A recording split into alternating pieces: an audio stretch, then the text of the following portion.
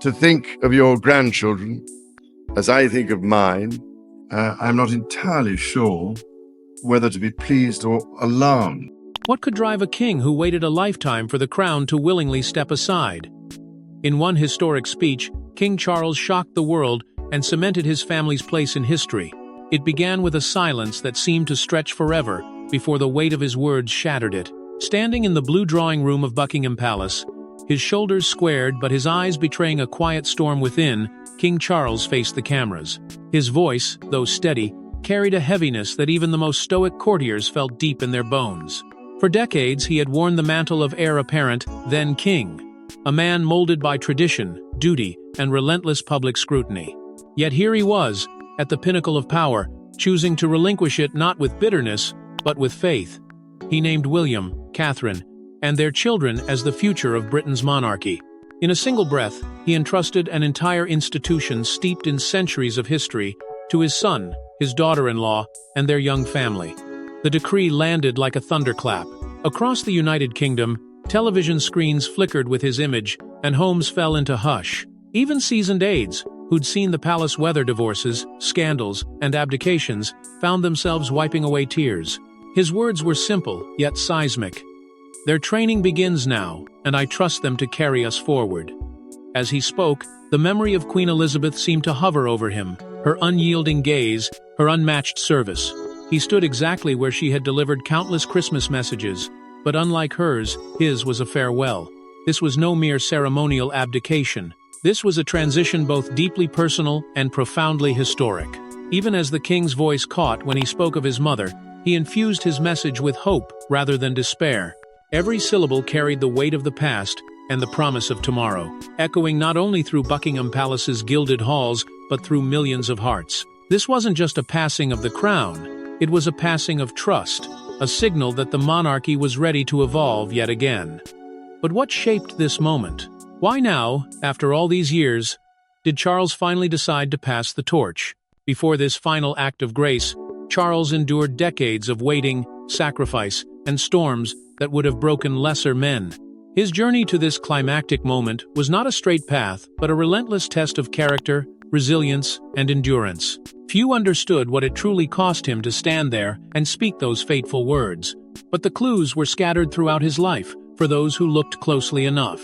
Long before the world watched him hand over the future to William and Catherine, Charles had already fought and suffered more battles than most kings ever confessed to fighting. His reign, though brief, bore the scars of a monarch who carried not only the crown but also the weight of his own frailty.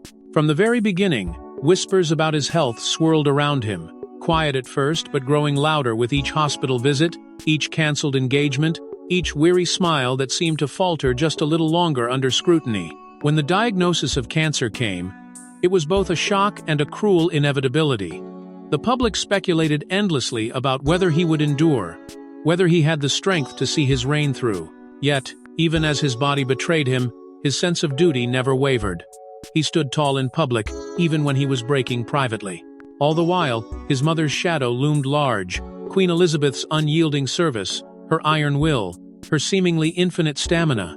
From boyhood, Charles had watched her embody duty so completely that it often left no room for humanity. He admired her, yes, but also felt the crushing weight of the standard she set. He knew he could never replicate her, but he also knew he couldn't fail her.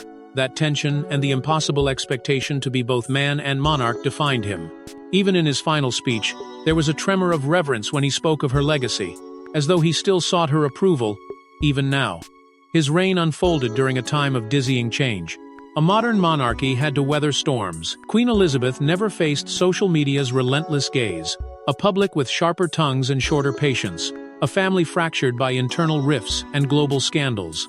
Charles navigated these turbulent waters with a quiet determination that earned him respect, if not always admiration. He understood that the crown was no longer a symbol of untouchable grandeur, but a fragile bridge between the past and a skeptical future. And when he finally stood before the world, delivering the words that would mark the end of his reign, the vulnerability in his voice revealed everything. He admitted, without saying it outright, that he was tired. But woven into his words was also something stronger, an unshakable faith in what came next. That faith glimmered not in himself but in the two figures waiting in the wings, the ones who had already captured the nation's heart, William and Catherine. How did two university sweethearts evolve into the monarchy's perfect heirs? Theirs is a partnership, born of love and battle-tested by scrutiny.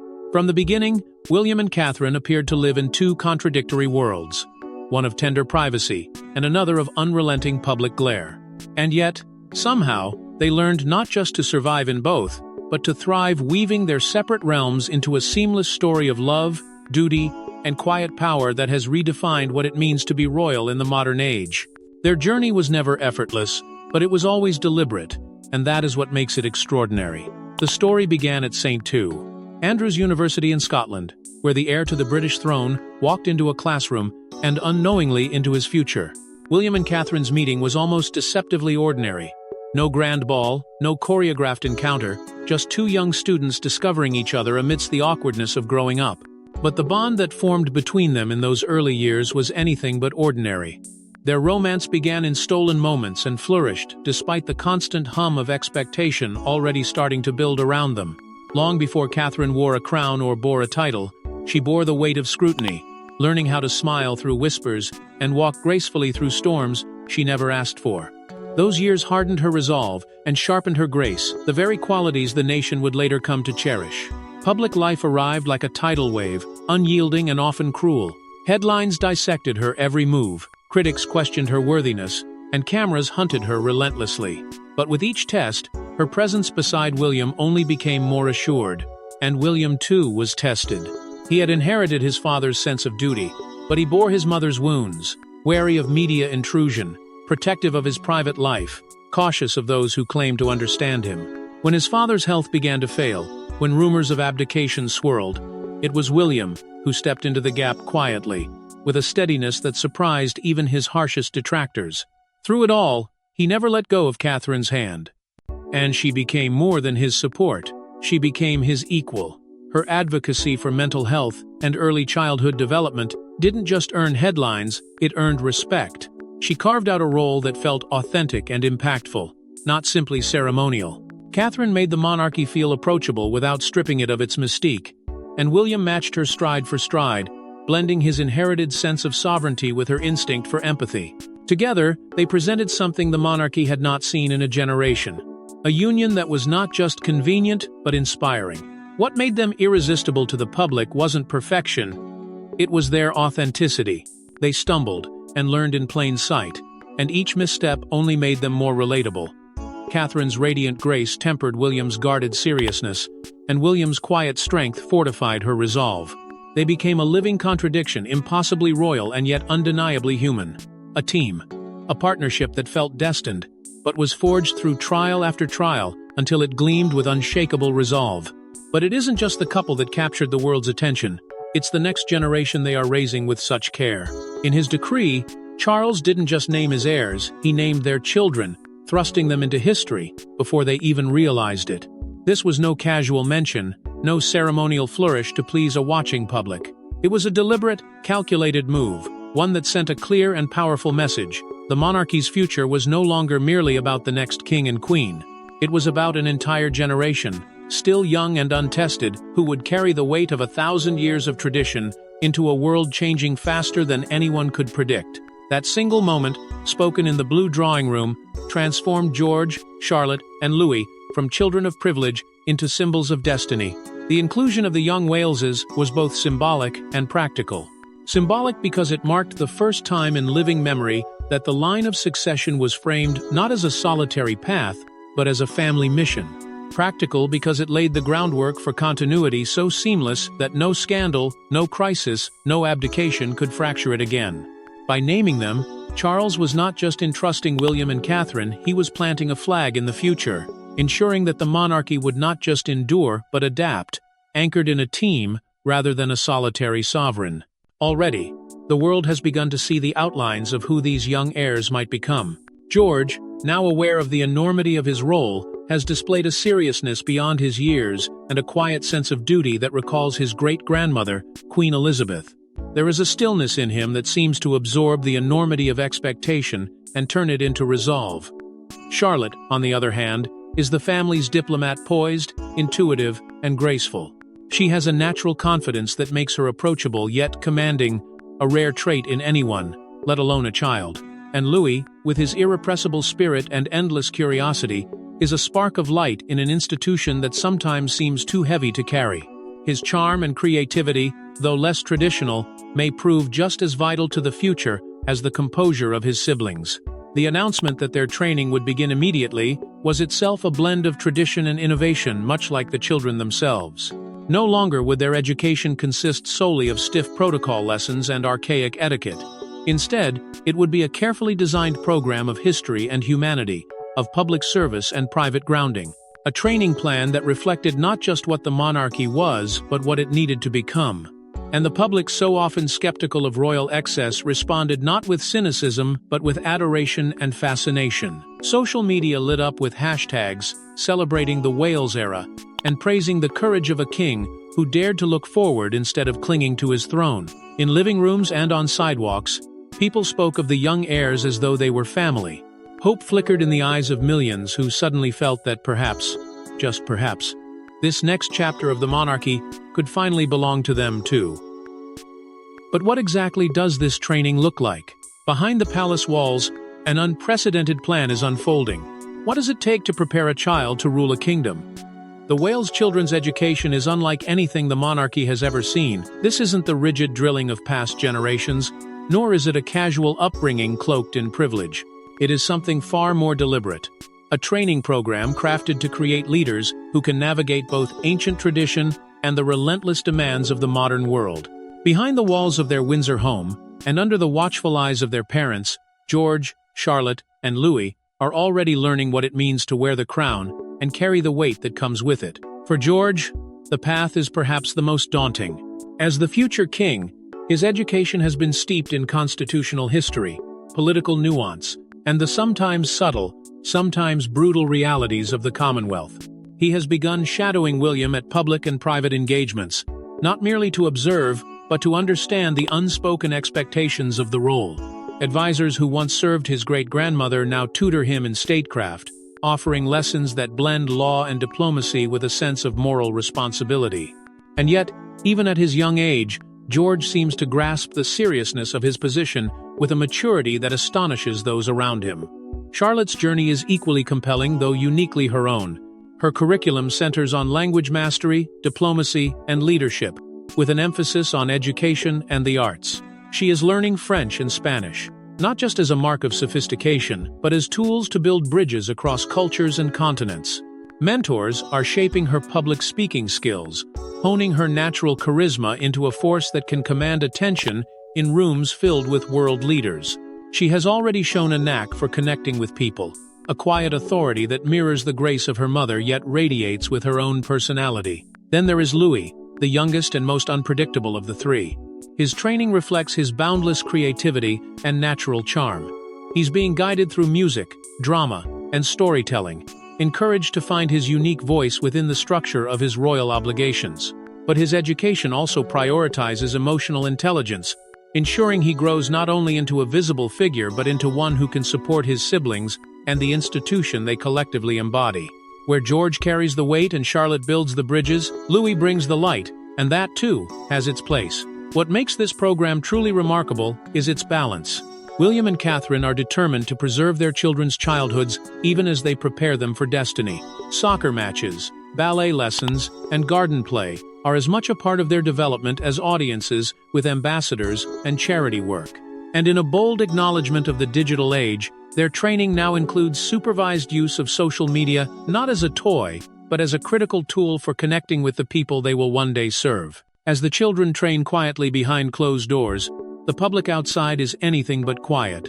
Their love and support grow louder by the day. The streets of Britain and screens around the world lit up as the king's words sank in. A nation exhaled and then celebrated. For a moment, it was as though time itself paused, holding its breath until the final syllable of Charles's decree faded into history. Then, as if on cue, the people poured into the streets. Outside Buckingham Palace, a sea of faces gathered, waving flags and holding signs, their cheers echoing into the July night. Bouquets of roses and lilies piled against the iron gates. Handwritten notes tucked into their stems, each one a quiet thank you to a king who had given everything.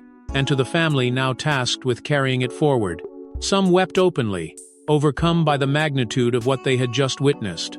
Others simply stood in silence, hands clasped, eyes glistening, knowing they were watching a new era begin. It wasn't just the streets that came alive. Social media, that modern agora, erupted almost instantly, ablaze with hashtags like #ThankYouCharles and #WalesEra. Clips of the speech spread like wildfire, replayed on phones and tablets in every corner of the globe. Within minutes, photographs of George's solemn expression, Charlotte's poised gaze, and Louis's impish smile flooded timelines, accompanied by captions that spoke volumes. "Our future is in safe hands," one tweet read. Another declared, "He gave us stability, they gave us hope." The sentiment was unanimous. The monarchy was not just alive but renewed, vibrant, and more relatable than it had ever been. Personal stories began to surface, weaving an even more intimate tapestry of connection between the royals and their people. Families posted pictures of themselves watching the speech together, children sitting cross-legged in front of televisions, grandmothers dabbing at their eyes. One video showed a young boy saluting the screen as Charles spoke, his parents behind him whispering their own blessings. Another post simply read, "We've never felt closer to them. Tonight, they felt like ours." The monarchy, so often criticized for its distance, suddenly felt like family, and the nation responded in kind. Even the numbers told a story of deep, almost unprecedented devotion. Overnight polls revealed staggering support. Over 90% of Britons endorsed Charles's decision to step down, while confidence in William and Catherine's leadership soared to similar heights. Emotional investment in the Wales children also surged, with thousands citing their youthful authenticity as the monarchy's greatest strength. This wasn't just loyalty to a crown, it was affection for a family that seemed, for once, to truly understand the people they served. Across the Commonwealth, the response mirrored Britain's, reverberating through time zones and cultures.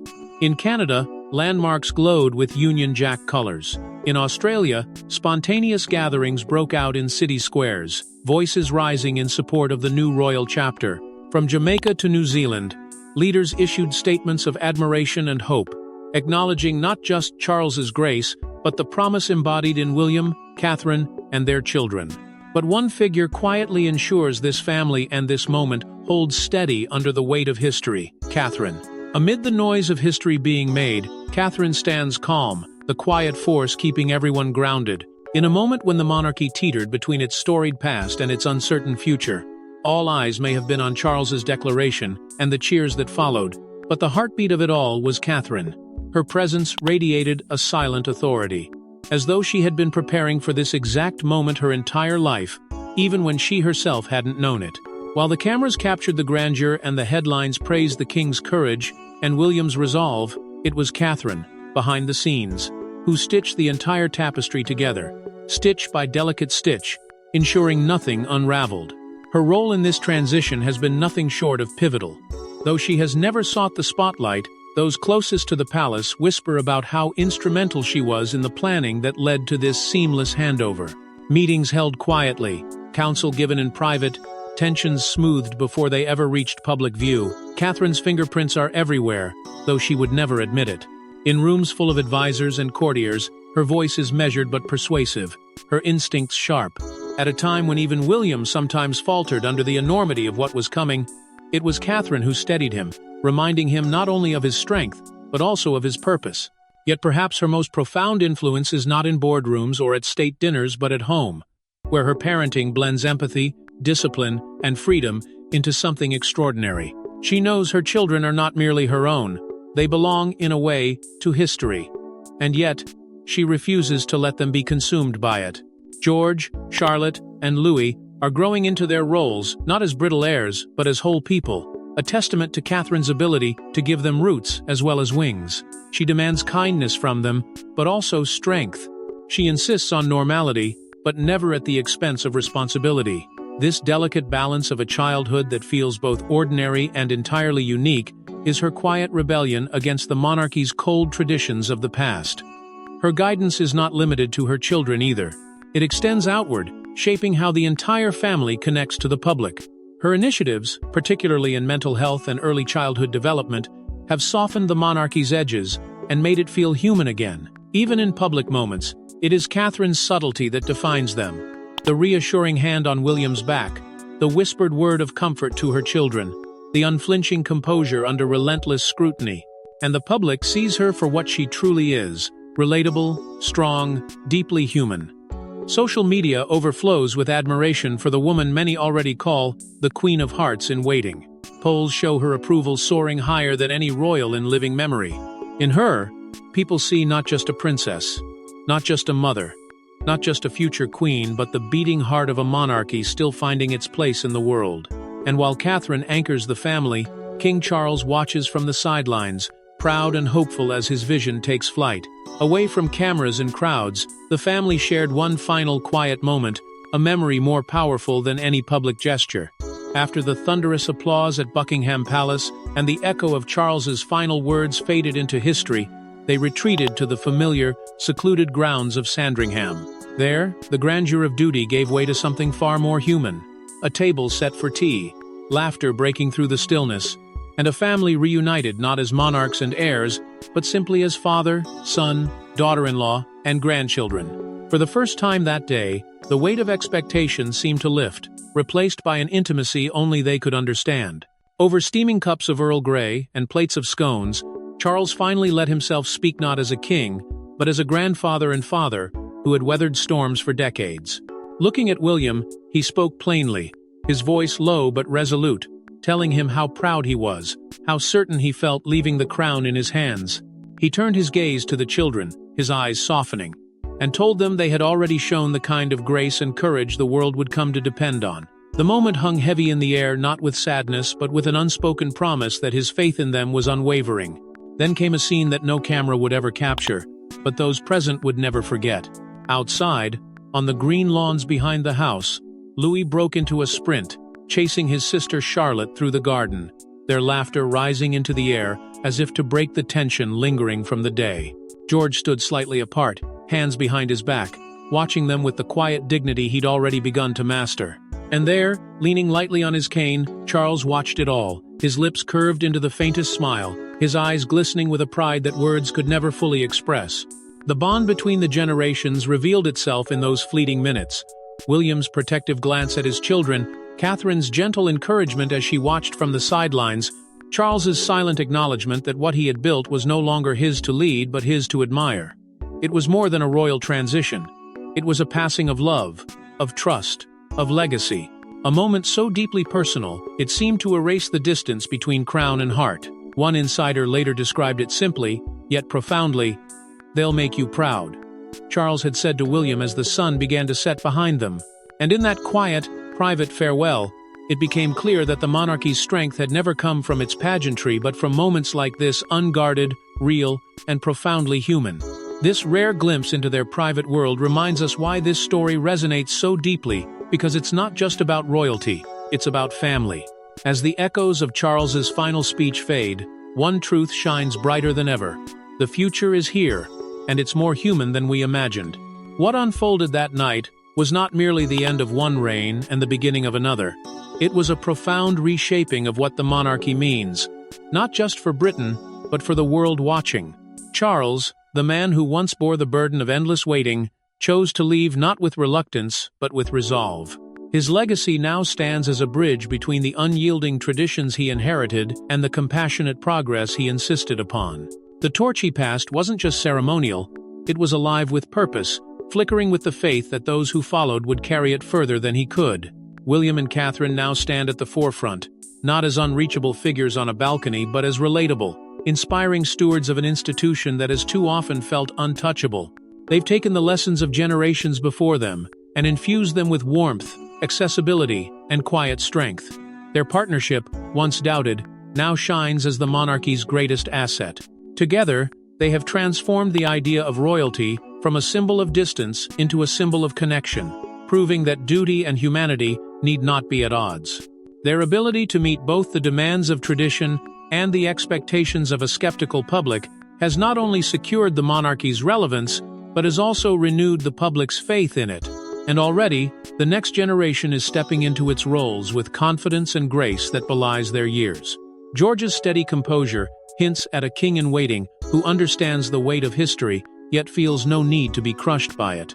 Charlotte's poised diplomacy promises a future of meaningful engagement beyond Britain's borders, and Louis's unrestrained charm reminds everyone that joy and authenticity have a place even within the most rigid of institutions. They are not yet monarchs, but they are already embodying the qualities of leadership that inspire hope for the decades to come.